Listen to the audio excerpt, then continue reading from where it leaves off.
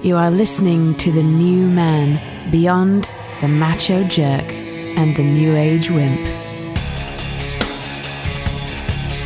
Your host is men's coach Tripp Lanier.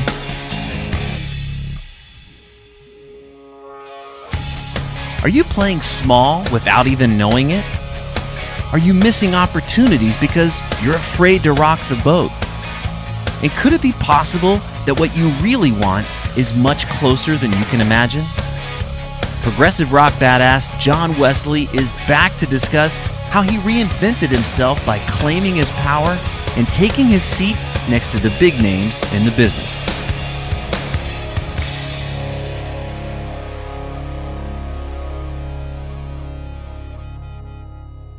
That's the Cobra.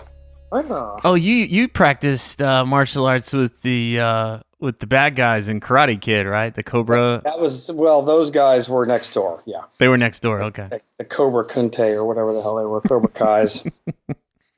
They were dicks. Those guys were total dicks. They were not nice people, and I'm a nice people. Yeah. Fuck those guys. Fuck those guys. We were the nice Dojang next door. Yeah, like, hey, how's it going? We wonder if we could rake your yard and whoop anybody's ass. Yeah, while we're there, you know. We'll whoop some yard ass. Whoop some yard ass. Are you recording now, or are you? I can. We can start anytime. Yeah, we can start there if you want. I mean, that's kind of. Yeah. Well, I'm gonna set a little context too, because I really want to come back to that the whole conversation we had around taking your seat. So, yeah, let me just do an intro and then we'll get going. Anything goes. So got it. Welcome to the new man. Today we're talking with John Wesley, aka Wes Dearth. He's a guitarist. He's a singer-songwriter. He's best known as the touring guitar player for Porcupine Tree, and he's got a new album out called Disconnect. Good to have you back on the show, man. Thanks for talking. Thanks for having me. Well, you know, you and I talk a lot, and we can talk about a long time about lots of things, but we got listeners today. So many guys are I want to set a little context here. So many guys are playing small in their lives when they actually aren't small. And we do this, we tell stories about ourselves. We see ourselves a certain way, and it's either because we're really self-critical, or we're trying to be humble, or we're trying to play it safe, but or we're Catholic. Or we're Catholic. We think we need to accomplish something, before we deserve to be at a certain level or see ourselves at that level. But the reality is that we deserve our seat at that table, but we're not claiming it. We're not taking our seat. So again, this is just another way of us staying safe, even if we're not happy doing it. The danger is we put others on a pedestal and we create stories about them, why they're able to do something and we're not. That guy has done this or that guy has this or that, and therefore I don't deserve to be there. So in actuality, we're much more powerful and important than we give ourselves credit for. And the outside world is saying, "Come on, step up, man. We want to hear what you got. We want you to bring what you got." So there's a big disconnect between how we see ourselves and how the world perceives us. So this can cost us opportunities. And if we're making ourselves smaller, the world's going to just start to believe that that's true. Yeah, this guy's small. Nobody's going to beat down the door to give us an opportunity. So it's up to us to create those opportunities. So the bottom line, so much of what we really want is much closer than we can imagine. We just got to be able to ask. We need to be able we got to be willing to be a little uncomfortable, to be vulnerable, and to take a risk. So you and I have shared quite a few evenings and quite a few Jameson and Gingers. And I got to witness you make some powerful shifts in your own thinking and actions over the last year or so. And I was hoping you'd be willing to talk about that and take us through your own journey making this the new record, Disconnect. You up for that? I am way up for that. Okay, so paint the picture. Let's start out where you were. How were you seeing yourself professionally before you really committed to this record? What was the story you were telling about yourself? Well, the story I was telling about myself, that I saw myself probably wasn't even true. Wasn't even close to true. I had done a lot of things and played a lot of amazing gigs with some unbelievably talented people. And yet, because, that had stopped, we were in a downtime. Things had shifted. I wasn't really paying attention to my own career at all. I'd kind of lost sight of where I had been. I'm one of these guys that I never think about where I've been. I only think about where I'm going. Uh-huh. The problem with that is if you don't at least take a look back and see what you've done and what you're capable of, you might not choose the right path where you're going. So it's kind of like if I'm not up to something and I don't have a big plan, then I'm nothing. Or is that Exactly. Yeah. All right. Plus, you'll make incorrect choices about how to guide that path. If you don't look back and say, oh, I have done this. I am capable of doing that. I've put in a lot of work here. I can do that. So I should really chart a path in that direction instead of that direction that says I'm not qualified and I haven't done this. And, this is the easy, kind of scared guy direction, not acknowledging what you're actually capable of. All right. Well, let's get a little more brass tacks, because you've done a ton of touring and you played on all kinds of other, just a ton of stuff, and you have this huge long list of things that you've accomplished. But you went through a tough period. I mean, you called me one day, and I think your son was born how early? My son was born 2 months early, and my mom was at that moment dying in the hospital and would pass away 3 days later. That was a hell of a week. It was a big week. Yeah. And was that around this time that you just unhooked from your career, and is that what you're talking about, where you just weren't thinking about what I've done? Absolutely. I had just finished an amazing run playing with Steve Wilson's solo act. It had gone so well that, the manager of the band, certain members of the band had said, well, we found our new lineup. I was excited. I loved the shows. But I had spent the last 11 years playing with Steve as his only guitar player, basically the only guy he'd really toured with for 11 years. And he had come to a place where he said, 11 years is enough. Thank you for helping me out on this tour. It was amazing. We did play well together, but I've got to find another direction. So it wasn't anything personal against me. It wasn't anything personal against my playing, but all those years of Porcupine Tree and then that amazing, amazing run with some of the most amazing musicians I had ever played with in the world had just ended weeks before I found myself in the hospital with my wife and baby in one ward and my mom in the hospice down the road. Wow. So, wow. And right then. Yeah. And so I'm just getting this picture of like, okay, well, if I'm not playing with Steve, that's a big part of my life. It has been a big part of my life for the last 11 years. This is my gig. Yeah. And he's going in this direction. That means he's not cranking up Porcupine Tree. You're at the main gig for a while. So it's like, oh shit, what am I doing? Where am I? Yeah. And, you found, again, it's that whole thing. If I'm not going somewhere, I must be nowhere. Mm. So I was nowhere. Wow. In my mind anyway. Yeah. Yeah. And did you even have enough time to think about that with what was going on with the baby on the way and what was happening with your mom? No, that thought process, once things begin to settle down, I just disconnected from music in general. Just wasn't really writing, always gigged and always kept up my practicing chops, but the future there just was none. It was zero. That was it. That okay. was it. And you've got a child to feed. Yeah. What was going through your head? I mean, here's mom dying and here's the baby. I mean, what were some of the things you were thinking about at that time? Utter confusion. It was just, it's like, I have no idea how the future is going to work out. Hope my wife can get a job. That was it. That was as far as it went. That's a pretty powerless place to be. That's a. Mm-hmm. I played guitar real good, and I can say thank you, drive through. That's what I'm qualified to do. Oh man! All right, so that was the bomb. That bomb went off, and how long was it until music started to reemerge and be something you thought about again? Over the next year, very little. All I did was enough to stay alive around here. I was writing songs because I'm kind of always writing, but I wasn't really focusing, so I was only writing a little bit. Mm-hmm. I had a whole album that had been recorded and trashed at least once, was about to be trashed again. I wasn't happy with any of it. So for that whole year, the whole next year, I just kind of floated and just, kind of worked on at the same time. And I hate to say this in a way that, some family member might take this the wrong way, but we'd moved into a house and we were about to get screwed out of the house. We got screwed out of a studio location. Literally all of this happened at the same time. Wow. So within the same 6 to 8 month period, I disconnected from everything. Wow. And Just, so, screwed out of a house, the whole 9 yards. wow. Okay. So you know, and you've got to be looking around going, geez, what the hell's going on? What the hell? So I got through, the studio, we moved it at the end of that year.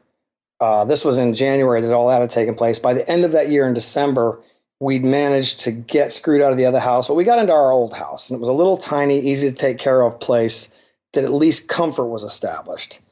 So right after the first of the year, the wife and I started talking, and she's like, look, man, you've got these songs, you got to do something with them. So I got out in the backyard studio again and started working through those songs and churning through them. Yeah, you were really in the uncertainty before, because before at least it was like, I've got a gig, I've got I've got something, but now you're really stepping into that uncertainty. Stepping into nothing. But I had met in the last year a friend of mine. I didn't know him, but I'd met him a year before, who's one of these people that is just a force of positivity, but he backs it up with hard work. And he's not a musician, but he is he is a musician, but not a professional musician. But he had, worked really hard in his whole career in the grocery industry and had made a name for himself, had retired at 50, was sitting on a nice nest egg. He had heard some of my songs. And so my friend, who had just unbelievable faith and positive life force, said to me, along with my wife and a few other people, and about the same time, you and I were hitting some pretty heavy Jameson and Coke sessions. That was ginger ale, not Coke. Okay. Don't want to confuse Coke there. And a lot of people were trying to talk me into taking a seat I didn't believe I belonged in. And what do you mean by that? Let's explore that. Well, they were saying it's time for you to explore your solo career. Time for you to take these songs, come to life, front a band, and make this happen. Stop hiding behind Steven Wilson and these other people. These other people. Yeah. It's time to step out front. And what was it like were you resisting that, or were you waiting for permission, or did you always know that? What was it? I always had it in the back of my mind. A lot of us go through life, saying we're going to do this, we're going to be this. So in the back of my mind, I'd always envisioned that. Yeah. But it's a big disconnect between getting to that vision and doing the work and putting yourself and taking the risk involved in making that happen. And so you start, more and more people around you are like, come on, where's your stuff? When are you going to bring your thing out? Yeah, exactly. And then my buddy Chip laid it on the line, said, look, man, you need a little bit of investment cash to get you going here. If you bring the goods, I'll bring the goods. And basically, anytime I'd ever been in that situation in my whole life, especially in the music business, I would try to bring the goods, and then the other party would never bring the goods. But here it was, someone I really trusted, him and my wife forming this little team saying, we're going to bring the goods. We're going to bring whatever it is you think you need materially, but it won't do you any good until you reach inside of yourself and say, I'm bringing the goods. So you got to take a risk here. It's not just, nobody's going to come in and rescue you. No one's going to, you've got to get out there. And so at that point I made the decision, and with a lot of talking to you, of taking that seat. And I had never seen that concept, but when it was explained to me as that, and let's face it, you helped me get to that place, I took the seat. And so let's talk about what it looked like for you to take the seat, because there's this perception of you from the outside of you being a guitarist, you being an artist at a certain level, but you going through all the things that you'd gone through and everything, you didn't see yourself at that place. So when we talk about taking the seat, it wasn't like, I could remember those conversations like, well, this is in the way, or that's not here and that's not here. And I was like, no, dude, we're all sitting around waiting, like, you got a seat here at the table, take it. It's not even like you have to take it away from anybody else. It's yours. It's yours. It's just sitting there for you to get in it and do it. And so luckily I had Chip over there and my wife over there, both going, you can do this. And then I started to have other people, I made a phone call to Steve Wilson and said, man, I could completely just roll the dice on my own thing. Unequivocally, he said, Well, you should have done that years ago, mate.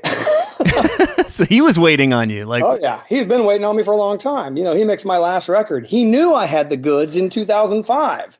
It could explain why he's used me for 11 years. As his right-hand man. No shit. So it was like, take the seat. Yeah. Take the seat. Take what's already yours. We're already seeing you in this way, and you had a hard time kind of perceiving yourself on that level. And one big moment of clarity was in a conversation with you when you just outlined the amount of work I had done to get to that seat. Because I meet a lot of people that assume the seat, and I had just worked with some individuals that had not put in some of the work they needed to assume the seat they were trying to create for themselves. They were bullshitting. There was a lot of bullshitting going on. Yeah. And, you can get to a level to where it's kind of nefarious to whether you are or are not ready to take that seat or had done or not had done that work and kind of bullshit a lot of people. And I didn't want to be one of those guys. That is like abhorrent to me. So for me I was using that as an excuse to not step in. Right. I don't want to be one of these jackasses that doesn't have it. Yeah. And so I'm going to not take my seat when in actuality it was, you were there at that level and it was just yours to take it. Okay. And had been for a while. Yeah. Yeah. So. Woo, man. I remember that conversation. That was a good one. That was a good one. That was the breakthrough. It was a big breakthrough. Yeah. Yeah. So let's talk, but then you were stretched a little bit more because you had some opportunities.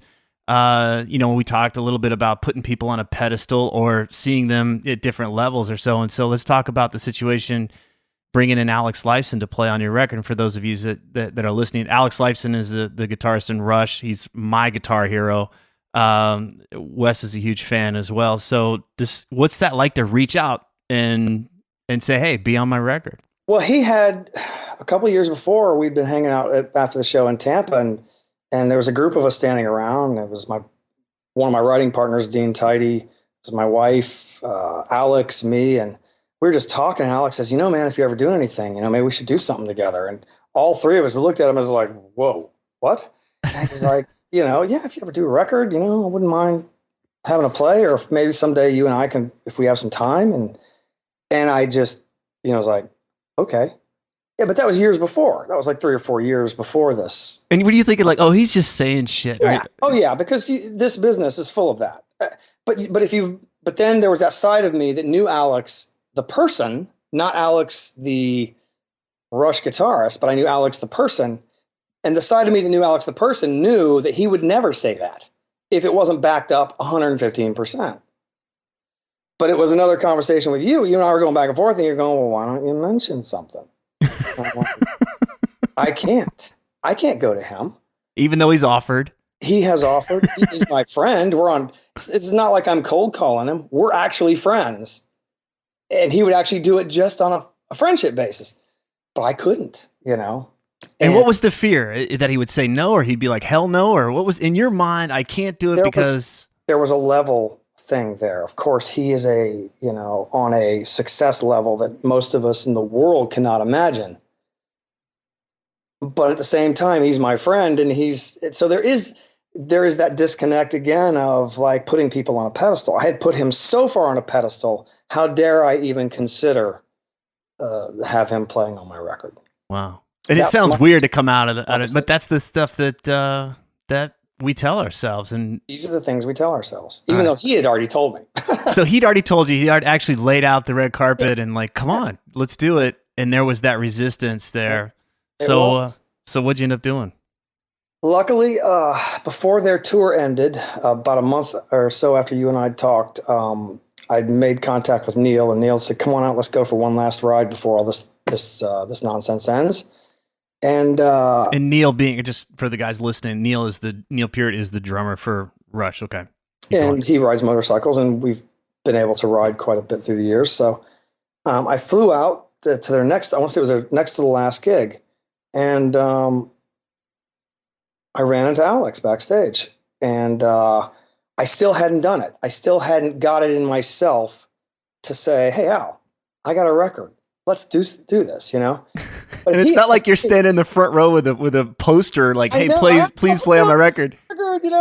You're backstage hanging out. Yeah, as friends. Right. And he says, what are you up to? I said, well, I'm making a new record. and I still couldn't get it out. I couldn't do it. But Oh. he said, "Oh, great. Can I have a play? Or you got any room?" And I was like, yes, I do. Yes, I have all the room in the world. Yes. So I still didn't really cross that You didn't threshold. really, well, you're going to have another opportunity for something else. Yeah, but graciously, he was like, yeah, that'd be fun. He goes, I finished this tomorrow. I'm going to go home and chill out for a couple of weeks. And I said, great. That'll give me time to prep the track. I'll send you the track. If you like it, great. If you don't worry about it. And he goes, oh, I'm pretty sure I'll like it. I'm like, okay, and I did exactly that. And I sent it to him, and he emailed me that day and said, I really like this. I've already got it loaded in. I'm listening. I'm going to listen for a while. And then in the next week or two, I'm going to nail something. That's awesome. And nail it, he did. He did. There's a Big Rush blog, some guy that proclaims himself an Alex Lifeson expert, who just posted a very long diatribe about how this could possibly be one of the best, if not the best, recorded Alex Lifeson solo ever. So did he deliver? Just a little. Yeah, he totally did. I remember when you told me that it came in and I asked you and you said, I'm going to save it for you. And then you couldn't. You had to blurt it out. For you. I had to do it. It was just amazing. So where the rubber meets the road, if you had a time machine, what, the version of you at that point, what would you want to go back and talk to the previous version of you and say to yourself? Like, what advice would you have given yourself, seeing how easy that actually was? I would have said, just ask him. Just do it. Yes. Say, hey, I got a solo for you.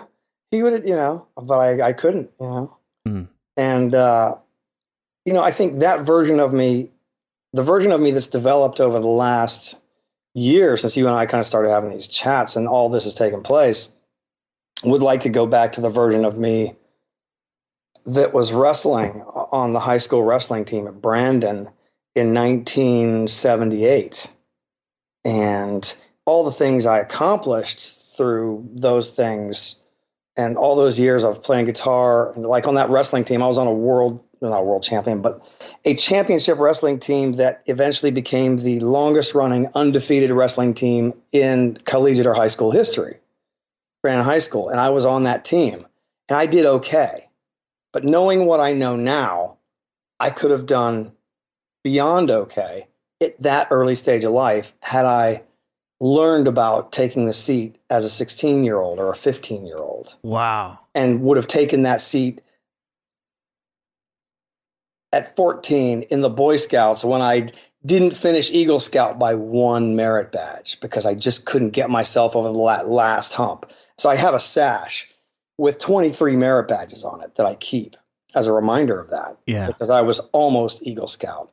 I was almost we have this thing, if you win a certain championship in Brandon, you get on the wall.